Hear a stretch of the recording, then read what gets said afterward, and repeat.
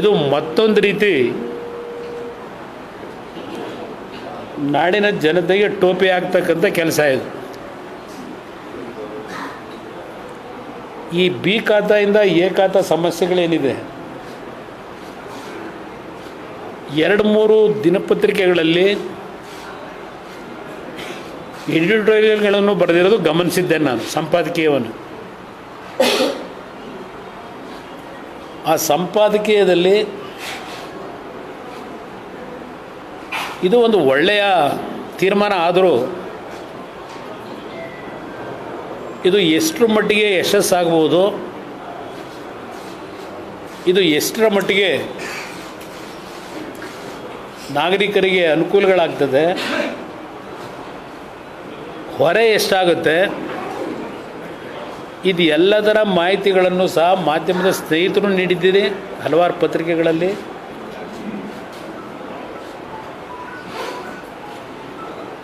ಈ ಒಂದು ಬಿ ಖಾತಾ ವಿಷಯದಲ್ಲಿ ಎ ಖಾತಾಗೆ ಪರಿವರ್ತನೆ ಏನಿದೆ, 1995ರಿಂದ ಈ ಒಂದು ಸಮಸ್ಯೆಗಳನ್ನು ಬೆಂಗಳೂರಿನ ನಾಗರಿಕರು ಅನುಭವಿಸ್ತಾ ಇರತಕ್ಕಂಥದ್ದು. ಈ ರೀತಿಯ ಒಂದು ಸಮಸ್ಯೆಗಳು ಯಾತಕ್ಕೆ ಬೆಂಗಳೂರು ನಗರದಲ್ಲಿ ಜೊತೆ ಗ್ರಾಮೀಣ ಪ್ರದೇಶದಲ್ಲೂ ಸಹ ಈ ಸಮಸ್ಯೆಗಳು ನಾವು ಕಾಣ್ತಾ ಇದ್ದೇವೆ. ಇಲ್ಲಿ 1997 ಒಂದು ಆದೇಶ,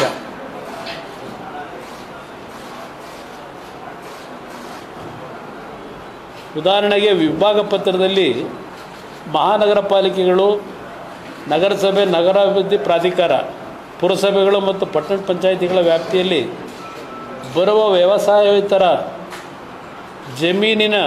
ಜಮೀನುಗಳನ್ನು, ಸೈಟ್ಗಳನ್ನು, ಕಟ್ಟಡಗಳನ್ನು 3 ಭಾಗ ಮಾಡಿದ್ದಲ್ಲಿ ಮುದ್ರಾಂಕ ಶುಲ್ಕ ಇದೆಲ್ಲ ಒಂದು ತಿದ್ದುಪಡಿಗಳು 96-97ರಲ್ಲೂ ಆಗಿದೆ.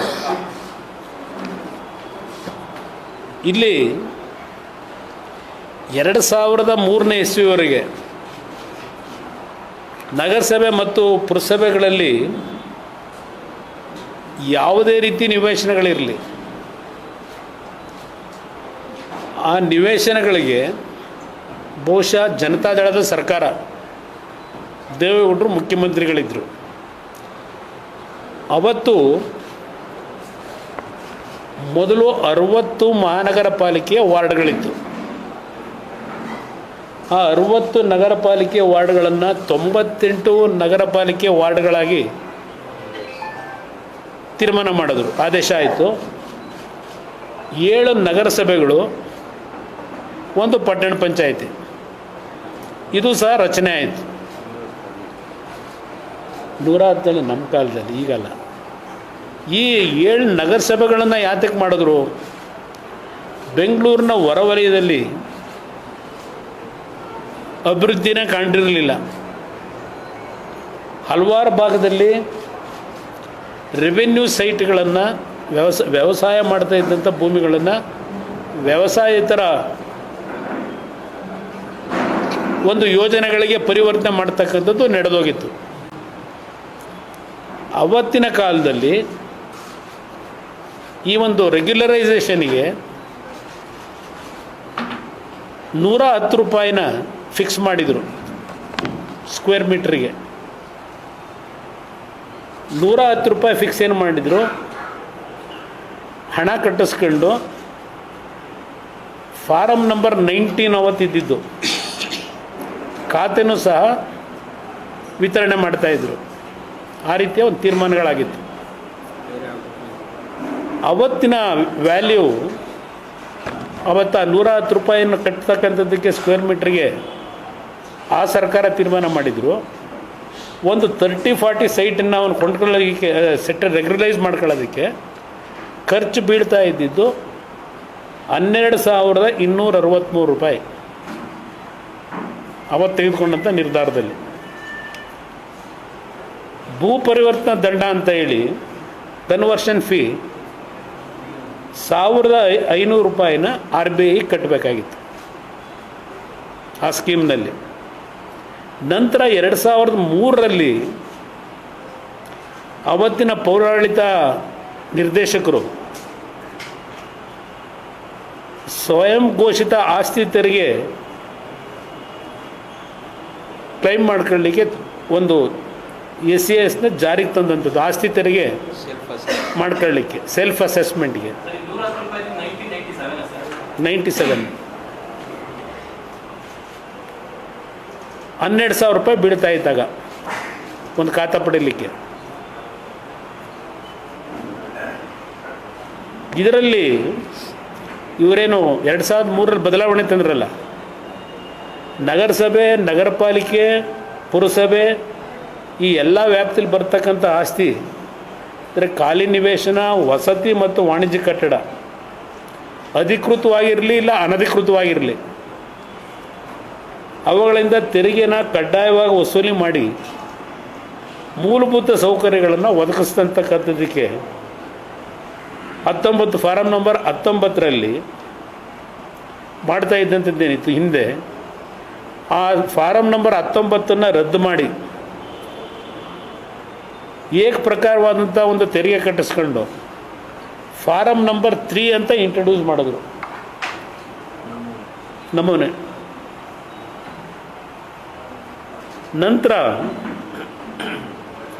ಫಾರಂ ನಂಬರ್ 19 ಏನಿತ್ತು, ಖಾತಾ ಪುಸ್ತಕದಲ್ಲಿ ನೋಂದಾಯಿಸಿರ್ತಕ್ಕಂಥ ಎಲ್ಲ ಆಸ್ತಿ ವಿವರಗಳನ್ನು ಈ ನಮೂನೆ 3ಗೆ ವರ್ಗಾಯಿಸ್ಕೊಂಡು ನಮೂನೆ 3ಯಿಂದ ಅದನ್ನು ಡಿಸ್ಟ್ರಿಬ್ಯೂಟ್ ಮಾಡ್ತಾಯಿದ್ರು, ವಿತರಣೆ ಆಗ್ತಾಯಿತ್ತು.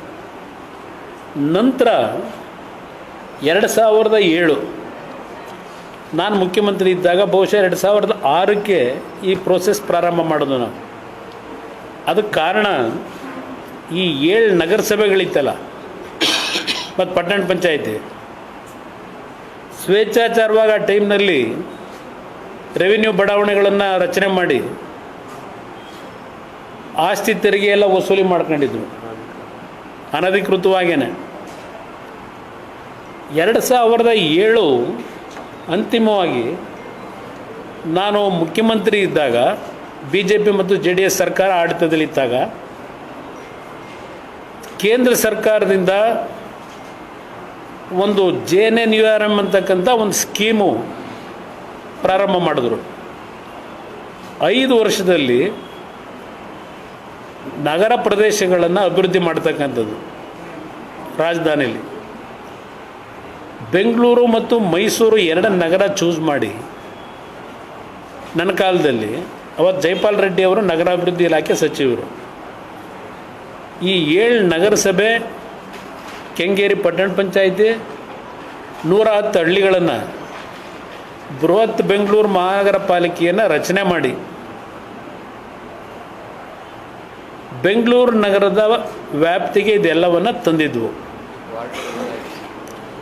ವಾರ್ಡ್ಗಳು 198ಕ್ಕೆ 98ರಿಂದ 198 ವಾರ್ಡ್ ಮಾಡೋದು. ನಾನು ಈ 110 ಹಳ್ಳಿಗಳು 7 ನಗರಸಭೆ ಸೇರಿಸ್ಲಿಕ್ಕೆ ಕಾರಣ, ಈ ನಗರಸಭೆಗಳಲ್ಲಿ ಅವ್ರು ಇಷ್ಟ ಬಂದಾಗೆ ಪ್ಲ್ಯಾನ್ಗಳನ್ನ ಸ್ಯಾಂಕ್ಷನ್ ಮಾಡಿ ಯಾವೊಂದು ಮೂಲಭೂತ ಸೌಕರ್ಯಗಳ ವಿಷಯದಲ್ಲಿ ಹುಡುಗಾಟ ಆಡ್ತಾಯಿದ್ರು. ಜೊತೆಗೆ 5 ವರ್ಷದಲ್ಲಿ ಸುಮಾರು 25,000 ಕೋಟಿ ಹಣ ಬೆಂಗಳೂರು ನಗರ ಮತ್ತು ಮೈಸೂರಿನ ಅಭಿವೃದ್ಧಿಗೆ, ಮೈಸೂರು ನಗರಕ್ಕೆ ನಮಗೆ ಹಣ ತೊಡಗಿಸ್ತಕ್ಕಂಥ ಒಂದು JNNURM ಸ್ಕೀಮ್. ಅದು 35% ಕೇಂದ್ರ ಸರ್ಕಾರ, 35% ರಾಜ್ಯ ಸರ್ಕಾರ, ಇನ್ನು 30% ನಮ್ಮ ಸ್ಥಳೀಯ ಸಂಸ್ಥೆ.